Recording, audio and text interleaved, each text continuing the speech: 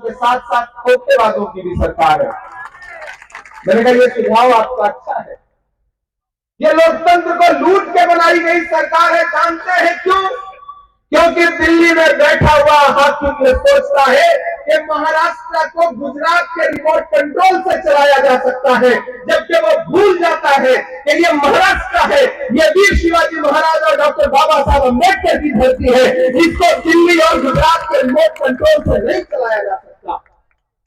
महाराष्ट्र को महाराष्ट्र की जनता चलाएगी, यहाँ के किसान चलाएंगे, नौजवान चलाएंगे, महिलाएं चलाएंगी, बुजुर्ग चलाएंगे। पिछले 5 साल में, 10 साल में दिल्ली की सरकारों ने जितने वायदे किए सारे के सारे झूठे। याद करिए वो दिन, मैं यवतमाल में खड़ा हूं, यहीं पर कहीं आपके दादरी एक गांव है। मैंने पार्लियामेंट में ये बात कही थी, यवतमाल को कोट करके बजे के भाषण में ये बात कही थी। मेरा सौभाग्य है, मेरी खुशनसीबी है कि मैं राज्यसभा में महाराष्ट्र जैसे गौरवशाली राज्य का प्रतिनिधित्व करता हूं। मेरे नेता राहुल गांधी जी ने जब मुझे देश की पार्लियामेंट में भेजने का निर्णय लिया तो उन्होंने मुझसे कहा कि हम महाराष्ट्र से आपको मौका दे रहे हैं, महाराष्ट्र के लोगों की सेवा करिएगा, खिदमत करिएगा। और मैं आपको विश्वास दिलाता हूं कि पिछले 2 वर्ष के अपने राज्यसभा के कार्यकाल में मैं पुरजोर तरीके से आपकी आवाज बंद करके बोल रहा हूं। मैं डरा नहीं, मैं झुका नहीं, कहीं छुप छुपा के खड़ा नहीं। जो डटे हुए हैं महाज पर, मुझे उन सबों में तलाश कर।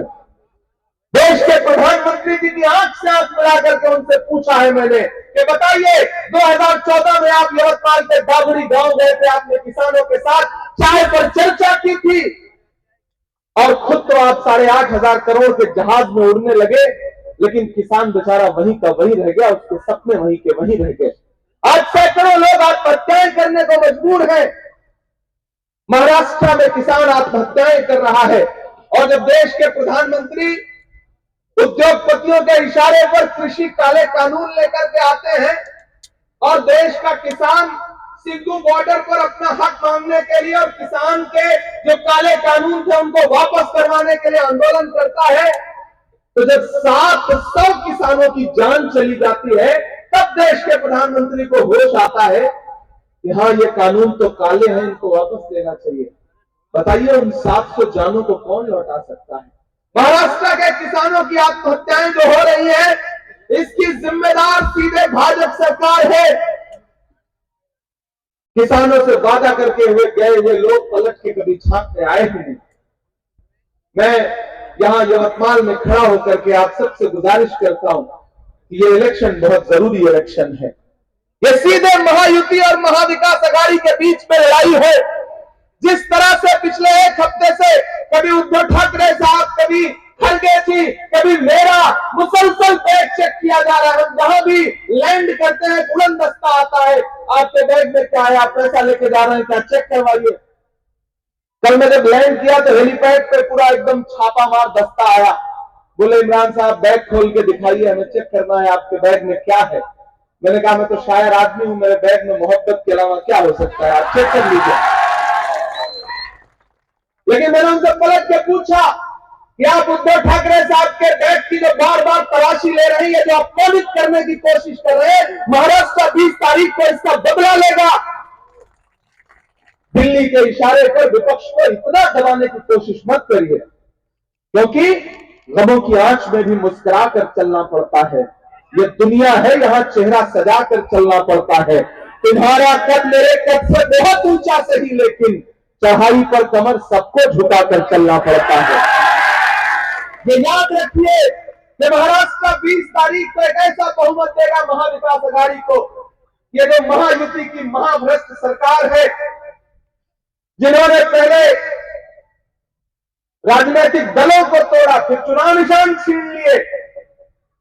मैं अमरावती गया था तो मीडिया के साथियों ने मुझसे कहा कि वो अब तो जो घड़ी चुनाव निशान है वो उनके पास है। मैंने कहा किसी की घड़ी छीन सकते हो, उसका समय थोड़े ही छीन सकते हो। तो इस सरकार को उखाड़ फेंकने के लिए और बाला साहब मांडुलकर जी के लिए जो पिछली बार कोर कसर रह गई थी, और इस बार तो माहौल भी बदला हुआ है, फजा भी बदली हुई है। इस बार जो हाथ का पंजा है उसमें मशाल है। तो इंकलाब तो आना ही आना है, क्रांति तो आनी ही आनी है। हाथ का पंजा है, उसमें मशाल है, तुतारी बजाइए, बिगुल बजाइए और जितने गद्दार हैं उनको भगाइए, क्योंकि यही महाराष्ट्र की आवाज है। मैं यवतमाल के साथियों से और सभी समाज के लोगों से ये कहना चाहता हूं कि एक भी वोट इधर उधर देने का मतलब है भाजपा को फायदा पहुंचाना। लड़ाई सीधे महाविकास और महाअघाड़ी के बीच में है, महाअघाड़ी और महायुति के बीच में है। भाजपा जब सीधी लड़ाई में नहीं जीत पाती है ना, तो अपने कुछ दोस्त लेकर के आती है कि भैया 500 तुम काट लो, 1000 वोट तुम काट लो, 2000 तुम काट लो। इसलिए एक भी वोट इधर उधर कहीं किसी दोस्ती में, मोहब्बत में, रिश्तेदारी में अगर आपने बर्बाद किया तो सीधे भाजपा को फायदा होगा। सियासत जज्बात का नाम नहीं है, सियासत रिश्तेदारियां निभाने का नाम नहीं है। सियासत बहुत